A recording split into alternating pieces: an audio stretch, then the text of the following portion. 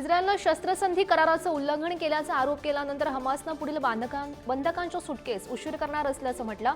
त्याचमुळे इस्रायलच्या तेल अवीवमध्ये नातेवाईक आणि आंदोलक जमलेले होते। इस्रायल आणि हमासमध्ये 6 आठवड्यांची शस्त्रसंधी आहे। 7 ऑक्टोबर 2023 मध्ये झालेल्या हल्ल्यात पकडण्यात आलेल्या डझनभर बंधकांची हमास सुमारे 2000 पॅलेस्टाईनी कैद्यांच्या बदल्यात सुटका करत आहे। शनिवारी होणाऱ्या पुढील चर्चेमध्ये शेकडो पॅलेस्टाईनी कैद्यांच्या बदल्यात आणखी 3 इस्रायली बंधकांची सुटका करण्याचं आवाहन करण्यात आलंय। हमासनं इस्रायलवर युद्धविराम करायचा उल्लंघन केल्याचा आरोप केला। त्याचवेळी पोलिसांची सुटका थांबवण्याची धमकी देखील देण्यात आली आणि त्याचवेळी अमेरिकेचे राष्ट्राध्यक्ष डोनाल्ड ट्रम्प आक्रमक झालेत। यावर त्यांनी हमासला आता नरकाचे दरवाजे उघडणार असं म्हणत हमासला थेट धमकी दिली। हमासनं गाझामध्ये ठेवलेल्या इस्रायल पोलिसांना शनिवारपर्यंत सोडावं। हमासनं इस्रायल पोलिसांना सोडलं नाही तर दोघांमधील सुरू असलेली युद्धबंदी संपवली जाईल असा इशारा सुद्धा त्यांनी दिलाय। तसेच हमासचा खात्मा करण्याचा प्रस्ताव ठेवला जाणार असंही त्यांनी म्हटलेलं आहे। अमेरिकेचे राष्ट्राध्यक्ष डोनाल्ड ट्रम्प यांनी वसुली मोहीम जोरदार राबवण्यास सुरुवात केलेली आहे। मेक्सिकोच्या खाडीचे नाव बदलून अमेरिकन खाडी असं केलंय। तसेच कॅनडाला देखील अमेरिकेचं राज्य बनवण्याची इच्छा व्यक्त केलेली आहे। त्याचबरोबर गाझापट्टी देखील ताब्यात घेण्याची भाषा केली आहे। एवढंच नाही तर आता आम्हाला आमचा पैसा परत हवाय। अमेरिकेनं जर युक्रेनला मदत बंद केली तर युक्रेन रशियाचा होईल अशी धमकी सुद्धा ट्रम्प यांनी झेलेन्स्की यांना दिली। अमेरिकेची मदत सुरू ठेवावी असं वाटत असेल तर युक्रेननं मौल्यवान खनिजं अमेरिकेला त्या प्रमाणात पुरवावीत असा प्रस्ताव ट्रम्प यांनी युक्रेन समोर ठेवलेला आहे। बांगलादेशात 2025 अखेरपर्यंत सार्वत्रिक निवडणुका होतील असं आश्वासन बांगलादेश अंतरिम सरकारचे प्रमुख मोहम्मद युनुस यांचे बीएनपीला दिलेलं आहे। तर बीएनपीचे सरचिटणीस मिर्झा फखरुल इस्लाम आलमगीर यांनी अंतरिम सरकारच्या प्रमुखांची बैठक घेतली। शेख हसीना यांच्या देश सोडून गेल्यानंतर सत्तापालट झालं आणि मोहम्मद युनुसचे अंतरिम सरकार स्थापन झालं होतं। तसेच बांगलादेशमध्ये सार्वत्रिक निवडणुकांच्या अंतरिम सरकारनं तयारी सुद्धा सुरू केली आहे। बांगलादेशमध्ये लवकरच सार्वत्रिक निवडणुका होण्याची शक्यता आहे। बांगलादेशच्या माजी पंतप्रधान शेख हसीना यांच्या घरावर हल्ला केल्याप्रकरणी 1300 जणांना आता अटक करण्यात आली। दरम्यान बांगलादेशच्या अंतरिम सरकारनं निवासस्थानाची तोडफोड करणाऱ्या गुन्हेगारांविरोधात ऑपरेशन डेव्हिल हंट सुरू केलंय। या मोहिमेअंतर्गत सध्या मोठी कारवाई सुद्धा करण्यात येते। बुधवारी समाजकंटकांनी बांगलादेशचे संस्थापक शेख मुजीबुररहमान यांना ढाकामधील निवासस्थानाची तोडफोड त्यांनी केली होती। यासोबतच शेख हसीना यांचं सुधा सदन हे घरही पेटवून देण्यात आलेलं होतं।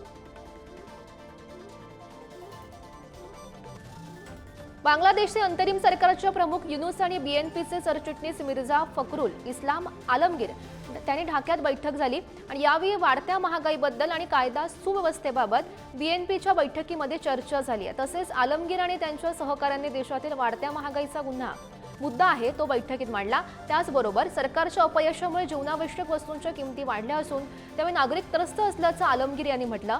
युनुस सरकार या घटनांची जबाबदारी टाळू शकत नाही असंही त्यांनी म्हटलेलं आहे। भारत आणि अमेरिका संयुक्तपणे नजीकच्या काळात जगाच्या भवितव्याची बांधणी करतील असा विश्वास पंतप्रधान नरेंद्र मोदी यांनी व्यक्त केला। दरम्यान मोदी फ्रान्स आणि अमेरिका दौऱ्यावर रवाना झालेले आहेत। 12 ते 13 फेब्रुवारीला मोदी अमेरिकेत असतील। यापूर्वी दौऱ्याच्या पार्श्वभूमीवर पंतप्रधान नरेंद्र मोदी यांनी एक निवेदन प्रसारित केलं। यात त्यांनी ट्रम्प यांच्या पहिल्या टर्ममध्ये मी त्यांच्यासोबत काम केलेलं आहे। ट्रम्प यांच्या राजवटीमध्येच भारत आणि अमेरिकेची जागतिक स्तरावर भागीदारी झालेली आहे असंही पंतप्रधान मोदी यांनी म्हटलंय। अमेरिकेचे राष्ट्राध्यक्ष डोनाल्ड ट्रम्प यांनी एक महत्त्वाचा निर्णय घेतला आणि त्याचमुळे भारतीय उद्योगपती गौतम अदानी यांना मोठा दिलासा मिळालाय। ट्रम्प यांनी 47 वर्ष जुन्या 1977च्या एफसीपीएची अंमलबजावणी थांबवण्याच्या आदेशावर स्वाक्षरी केली आहे। अमेरिकन आणि परदेशी कंपन्यांना आपला व्यवसाय टिकवून ठेवण्यासाठी परदेशी सरकारमधील अधिकारांना लाच देण्यापासून प्रतिबंध करणारा हा कायदा आहे। या कायद्याचा वापर अदानी समूहाविरुद्ध लाचखोरीची चौकशी सुरू करण्यासाठी करण्यात आलेला होता। त्याचमुळे कायद्याच्या अंमलबजावणीमध्ये ट्रम्प प्रशासनानं आता स्थगिती दिल्याचं बघायला मिळत आहे। अमेरिकेचे राष्ट्राध्यक्ष डोनाल्ड ट्रम्प यांनी प्लास्टिक स्ट्रॉवर लागू असलेले निर्बंध आता हटवलेले आहेत। ट्रम्प यांनी कार्यकारी आदेशावर स्वाक्षरी केली। अमेरिकन सरकारी संस्थांमध्ये पुन्हा प्लास्टिक स्ट्रॉ वापरण्यात येईल असं वक्तव्य डोनाल्ड ट्रम्प यांनी केलंय. तर 2035 पर्यंत सरकारी संस्थांमध्ये सिंगल यूज प्लास्टिकवर पूर्णपणे बंदी घालण्याचे उद्दिष्ट सुद्धा त्यांनी ठेवलेलं होतं. त्यानुसार प्लास्टिक स्ट्रॉ ऐवजी पेपर स्ट्रॉचा वापराचा आदेश बायडन यांनी दिलेला होता. दरम्यान ट्रम्प यांनी बायडन यांचा हा निर्णय खारिज केल्याचं बघायला मिळत आहे. अमेरिकेचे राष्ट्राध्यक्ष डोनाल्ड ट्रम्प यांच्या प्लास्टिक स्ट्रॉवरच्या निर्णयावर पर्यावरण प्रेमींनी मात्र टीका केली. प्लास्टिक स्ट्रॉ समुद्रातील प्रदूषण वाढवतात आणि जलीय जीवांसाठी मोठा धोका निर्माण करतात असं अनेक पर्यावरण प्रेमींनी म्हटलेलं आहे. तसेच अनेक अमेरिकन राज्य आणि शहरं आधीच प्लास्टिक स्ट्रॉवर बंदी घालण्याच्या दिशेने पुढे जात आहेत. ट्रम्प यांचा हा निर्णय पर्यावरणाच्या दृष्टीने महत्त्वाचा असून त्याचा मोठा राजकीय आणि सामाजिक परिणाम होणार आहे. एकीकडे उद्योगधंदे आणि व्यावसायिक या निर्णयाचं स्वागत करताना बघायला मिळत आहे. मेक्सिकोचे सर्वात श्रीमंत उद्योजक आणि जगातील नामांकित उद्योगपती कार्लोस स्लिम यांनी टॅरिफवर आणि अमेरिकेच्या आर्थिक स्थितीवर वक्तव्य केलं. कार्लोस स्लिम यांनी आपल्या वार्षिक परिषदेमध्ये अमेरिकेचे अध्यक्ष डोनाल्ड ट्रम्प यांच्या धोरणावर सडकून टीका केली. ट्रम्प यांना अजून खूप कामं आहेत. 4 वर्षांची मुदत फार कमी आहे. अमेरिकेनं आपलं जागतिक नेतृत्व पुन्हा मिळवावं यासाठी त्यांना योग्य दिशा निवडण्याची गरज असल्याचं सुद्धा त्यांनी म्हटलं. तसंच डोनाल्ड ट्रम्प यांच्यासमोर अनेक समस्या असल्याचंही त्यांनी म्हटलेलं आहे. भारतापेक्षा 15 वर्ष पुढे जाण्यासाठी मोठी डील करण्याच्या तयारीत पाकिस्तान आहे. पाकिस्तान चीनची 40 लढाऊ विमानं खरेदी करतील. लढाऊ विमानांमुळे पाकिस्तान एकाच डीलमध्ये 15 ते 20 वर्ष पुढे जाणार असल्याचा दावा पाकिस्तानी हवाई दलाच्या निवृत्त अधिकाऱ्याने केलेला आहे. पुढची 14 ते 15 वर्ष भारताकडे असं विमान नसेल असा दावा सुद्धा त्यांनी केला. त्याचवेळी भारतावर मात करण्यासाठी पाकिस्तानी हवाई दल चीनच्या अत्याधुनिक विमानांची खरेदी करण्याची सुद्धा शक्यता आहे. सर्बियात 1 नोव्हेंबरला उत्तरेकडील एका रेल्वे स्टेशनवरचं छत कोसळून 15 जणांचा मृत्यू झाल्याच्या घटनेला 100 दिवस पूर्ण झालेत. या पार्श्वभूमीवर सर्बियाची राजधानी बेलग्रेडमध्ये एक पूल आणि बाल्कन देशातील असंख्य रस्ते रोखून धरण्यात आलेले होते. तसंच सावा नदीवर सुद्धा महत्त्वाच्या पुलावर शेकडो विद्यार्थ्यांनी वाहतूक रोखल्याचं सुद्धा बघायला मिळालं. आणि यावेळी मृतांच्या स्मरणार्थ मौन सुद्धा पाळण्यात आलं. नोव्ही सॅड या उत्तरेकडच्या शहरातील विद्यार्थ्यांनी अनेक रस्ते 3 तास रोखून धरलेले होते. चीनच्या फुजियानमध्ये 6 किलोमीटर लांबीची बेंच ड्रॅगन परेड बघायला मिळाली. आणि याचवेळी बेंच ड्रॅगन 6 किलोमीटर लांब असून यात 100 मीटर लांबीचे 10 ड्रॅगन असतात. लाकडी बेंच जोडून आणि नवीन वर्षाच्या सणासुदीच्या आशीर्वादाचे प्रतीक असलेल्या रंगीबेरंगी कंदिलांनी सजवून विशाल ड्रॅगन तयार केला जातो. 2000पेक्षा अधिक लोकांची परेड किलोमीटरपर्यंत चाललेली होती. शियू काउंटीमध्ये बेंच ड्रॅगन कंदीलची प्रथा मिंग राजघराण्यापासून सुरू आहे. ही प्रथा हळूहळू स्थानिक कंदील महोत्सवाच्या अनोख्या उपक्रमात विकसित झाली आहे. अॅरिझोनामधील स्कॉटडेल विमानतळावर सोमवारी खासगी विमानांची धडक झाली.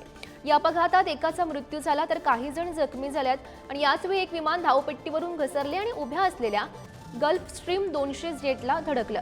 येणाऱ्या विमानाचे प्रायमरी लँडिंग गिअर निकामी झाल्यानं ही धडक झाल्याची माहिती आहे. टेक्सासमधील ऑस्टिन येथून आलेल्या या विमानामध्ये 4 जण होते तर उभ्या असलेल्या विमानात 1 जण होता अशी माहिती आहे. अपघातात जखमी झालेल्या दोघांना ट्रॉमा सेंटरमध्ये नेण्यात आलं असून एकाची प्रकृती सध्या स्थिर आहे. श्रीलंकेमध्ये एका माकडानं केलेल्या उचापतीमुळे संपूर्ण श्रीलंका अंधारात बुडाल्याचं बघायला मिळालं. एक माकड वीज पुरवठा करणाऱ्या मुख्य ग्रीडमध्ये घुसला. तिथं त्यानं ट्रान्सफॉर्मरमध्ये काहीतरी गडबड केली. त्यामुळे श्रीलंकेतील बहुतांश भागात वीज पुरवठा खंडित झाला. त्यानंतर हा वीज पुरवठा सुरळीत करण्यासाठी तंत्रज्ञांना खूप मेहनत सुद्धा घ्यावी लागली. काही ठिकाणी 3 तासानंतर वीज पुरवठा पुन्हा सुरळीत झालाय. देशभरातील वीज पुरवठा अद्याप पूर्णपणे सुरळीत होऊ शकलेला नसल्याची सुद्धा माहिती आहे.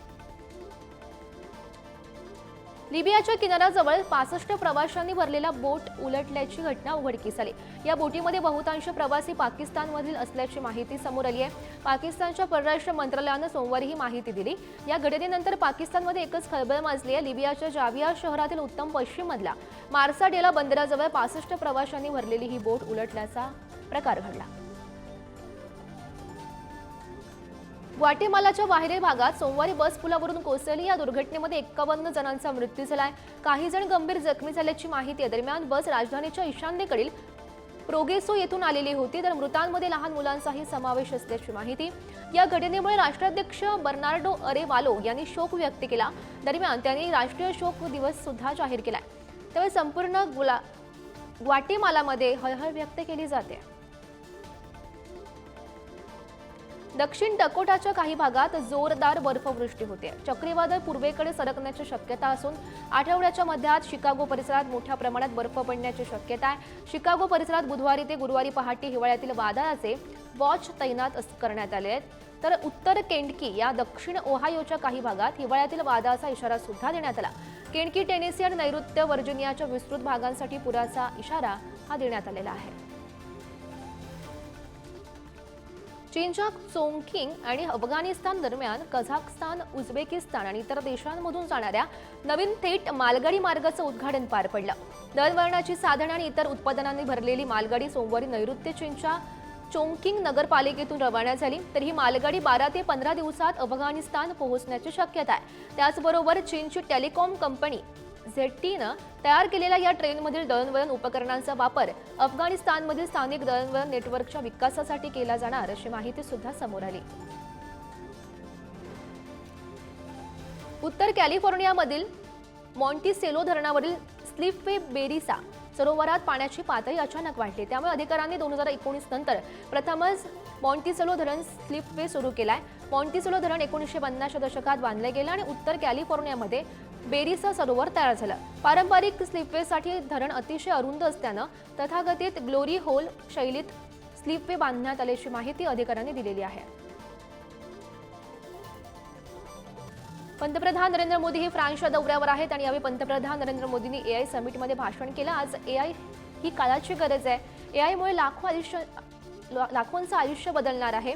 काळ बदलतोय त्याप्रमाणे रोजगाराचं स्वरूप सुद्धा बदलत आहे. AIमुळे रोजगाराचं संकट निर्माण होऊ शकतं, पण इतिहास आपल्याला हेच सांगतो की कुठलंही तंत्रज्ञान नोकऱ्या घेत नाही, तर AIमुळे नोकरीच्या नव्या संधी निर्माण होणार आहेत, असे पंतप्रधान मोदी यांनी म्हटलेलं आहे. दिल्ली विधानसभा निवडणुकीमध्ये पराभव झाल्यानंतर आम आदमी पक्षाचं संपूर्ण लक्ष आता पंजाबवर आहे. पराभवानंतर पंजाबमधील सर्व आमदारांनी दिल्लीतील कपूरथला हाऊसमध्ये बैठक बोलावलेली होती. पराभवाचा पक्षाच्या नेत्यांवर परिणाम होऊ नये म्हणून या बैठकीचं आयोजन करण्यात आलं होतं. आणि याचवेळी पंजाबच्या आमदारांना केजरीवाल यांनी 3 मंत्र दिलेले आहेत. लोकांशी जोडलेले जा, समस्या ओळखा आणि धैर्यानं लढा, असं ते म्हणालेले आहेत. आणि याचवेळी केजरीवाल यांनी सुमारे 30 मिनिटं नेत्यांना मोटिवेट केलं. खासदार इंजिनिअरिंग रशीद यांना 2 दिवसांचा जामीन मंजूर झालाय. संसदेच्या अर्थसंकल्पीय अधिवेशनाला उपस्थित राहण्यासाठी दिल्ली उच्च न्यायालयानं हा जामीन दिलेला आहे. शेख अब्दुल रशीद उर्फ इंजिनियर रशीद हे दहशतवादी प्रतिबंधक कायद्याखाली राष्ट्रीय तपास यंत्रणेच्या ताब्यात आहे. 26/11च्या हल्ल्याचा सूत्रधार हफीज सय्यद याच्या हत्येशी संबंध असल्याचे आरोप त्याच्यावर आहेत. इंजिनियर रशीद यांनी बारामुल्ला लोकसभा मतदारसंघातून जम्मू काश्मीरचे मुख्यमंत्री ओमर अब्दुल्ला यांचा पराभव केलेला होता. आपच्या दिल्लीतील पराभवानंतर पंजाबमध्ये मुख्यमंत्री बदलणार अशा चर्चा सुरू आहेत. पंजाबचे अनेक आमदार भाजपच्या संपर्कात असल्याची चर्चा. तर केजरीवाल यांना पंजाबच्या मुख्यमंत्री पदावर बसण्याची इच्छा आहे, असं विधान भाजपाचे नेते मजिंदर सिंग सिरसा यांनी केलं. यासह मुख्यमंत्री भगवंत मान हे भ्रष्टाचार असल्याचा आरोपही मजिंदर सिंग यांनी केला. मात्र याला प्रत्युत्तर देताना ज्यांना जे बोलायचं ते बोलू द्या, आम्ही जी आश्वासनं दिलेली होती ते पूर्ण करण्याचा नक्कीच प्रयत्न करू, असं भगवंत मान यांनी म्हटलेलं आहे.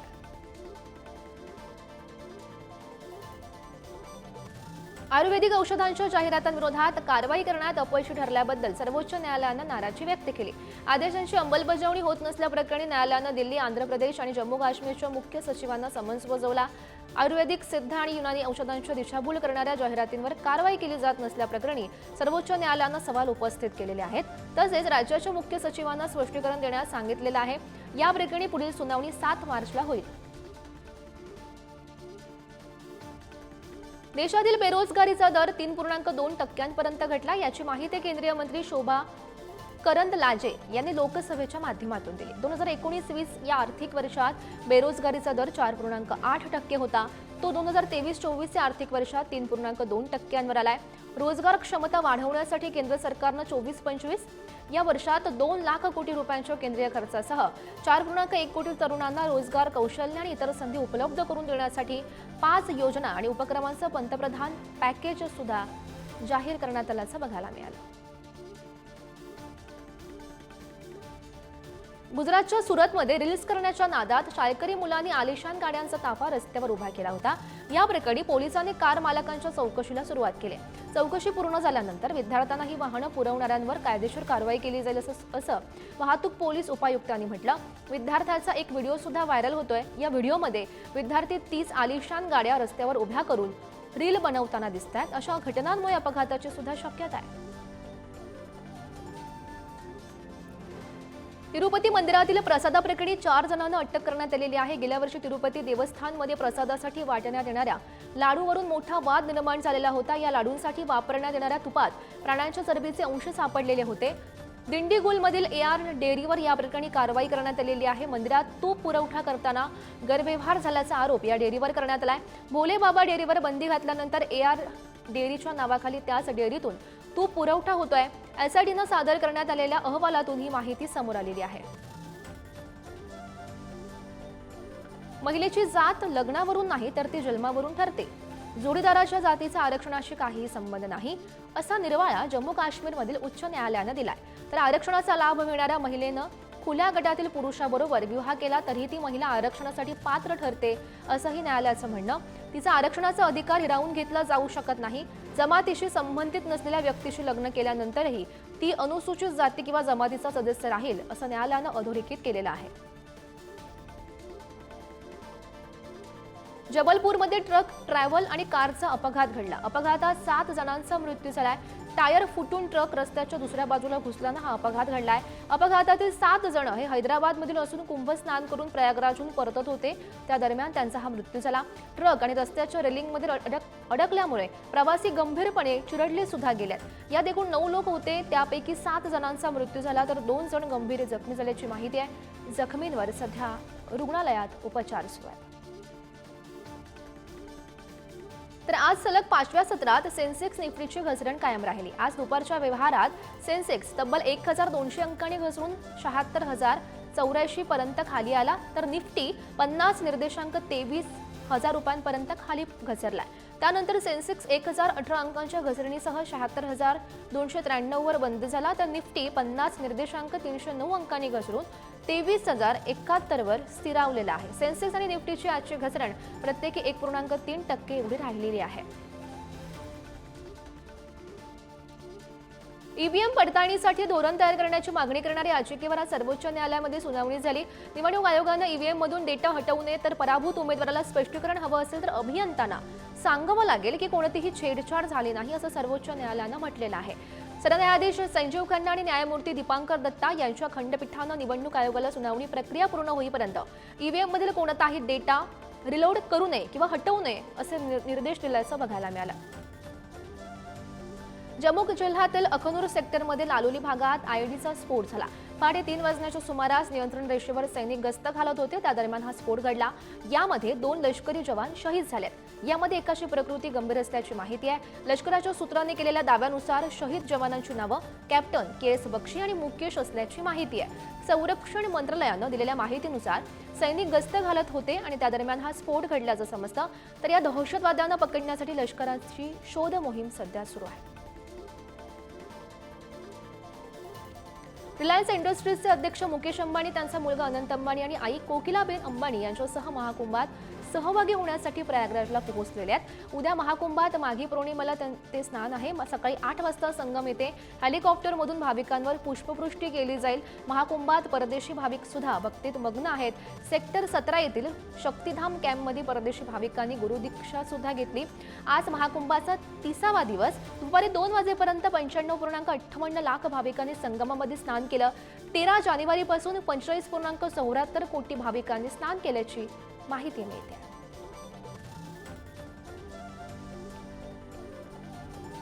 कच्चं तेल आणि नैसर्गिक वायू उत्खननासाठी लवकरच परवाना दिला जाणार आहे अशी माहिती केंद्रीय तेलमंत्री हरदीप सिंग पुरी यांनी दिली। तुर्तास कच्च्या तेलाची मागणी कायम राहणार असली तरीही 2030 पर्यंत देशाची लिक्विफाईड नॅचरल गॅसची मागणी 4 कोटी टनांवर जाईल असा अंदाज आहे। ऊर्जेची वाढती मागणी पूर्ण करण्यासाठी या विविध इंधन पर्यायांची मदत सुद्धा होईल। देशाची वाढती ऊर्जा भूक भागवण्यासाठी विविध पर्यायांचा वापर केला जातोय। चॅम्पियन्स ट्रॉफी स्पर्धेआधी पाकिस्तान, दक्षिण आफ्रिका, न्यूझीलंड या 3ही देशात तिरंगी वन डे मालिका खेळवण्यात येते। लाहोरच्या गद्दाफी स्टेडियमवर दक्षिण आफ्रिका आणि न्यूझीलंड यांच्यातील दुसरा एकदिवसीय सामना झाला। या सामन्यातून दक्षिण आफ्रिकेच्या वनडे संघात पदार्पण करणाऱ्या मॅथ्यू ब्रिट्स या सलामवीरानं नवा इतिहास रचलाय। पदार्पणाच्या एकदिवसीय सामन्यात 150 धावा करण्याचा पराक्रम त्यानं करून दाखवला। याआधी वनडेमध्ये अशी कामगिरी कुणाला जमलेली नव्हती। भारत विरुद्ध इंग्लंड वनडे मालिकेतील दुसरा सामना भारतानं 4 विकेट्सनं जिंकलाय, ज्यामध्ये कर्णधार रोहित शर्मा यानं शतक झळकावलं। पण विकेटकीपर बॅटर के.एल. राहुलला मात्र अजून आपली लय सापडलेली नाहीये। त्याचमुळे आता संघ व्यवस्थापन बुधवारच्या सामन्यासाठी ऋषभ पंतला आजमावून पाहिल अशी शक्यता सुद्धा निर्माण झाली आहे। 2023च्या वनडे वर्ल्ड कपमध्ये ऋषभ पंत दुखापतग्रस्त असल्यामुळे विकेटकीपर के.एल. राहुल संघात त्याला संधी मिळाली आणि वर्ल्ड कपमध्ये राहुलनं चांगली कामगिरी सुद्धा केली। त्याचमुळे यावेळी निवडकर्त्यांनी चॅम्पियन्स ट्रॉफी पूर्वीच्या राहुलला संधी दिल्याचं बघायला मिळतं। उपांत्य फेरीत धडक मारत मुंबई रेंजर्स संघानं आपला दबदबा कायम ठेवलाय। गतविजेता मुंबईनं हरियाणाला 153 धावांनी पराभूत करून रणजी ट्रॉफीची उपांत्य फेरी गाठली। भारतीय संघाबाहेर असलेले शार्दुल ठाकूर आणि अजिंक्य रहाणे हे मुंबईच्या विजयाचे हिरो ठरले आहेत। पहिल्या डावात 315 धावा करणाऱ्या मुंबईनं दुसऱ्या डावातही चमकदार कामगिरी केली। 339 धावा करून हरियाणाला 354 धावांचं लक्ष्य दिलं। विजय लक्ष्याचा पाठलाग करताना हरियाणाचा संघ 201 धावांवर ऑल आउट झाला। दुसऱ्या डावात मुंबईकडून रॉयस्टन डायसनं सर्वाधिक 5 बळी घेतल्याचं बघायला मिळालं।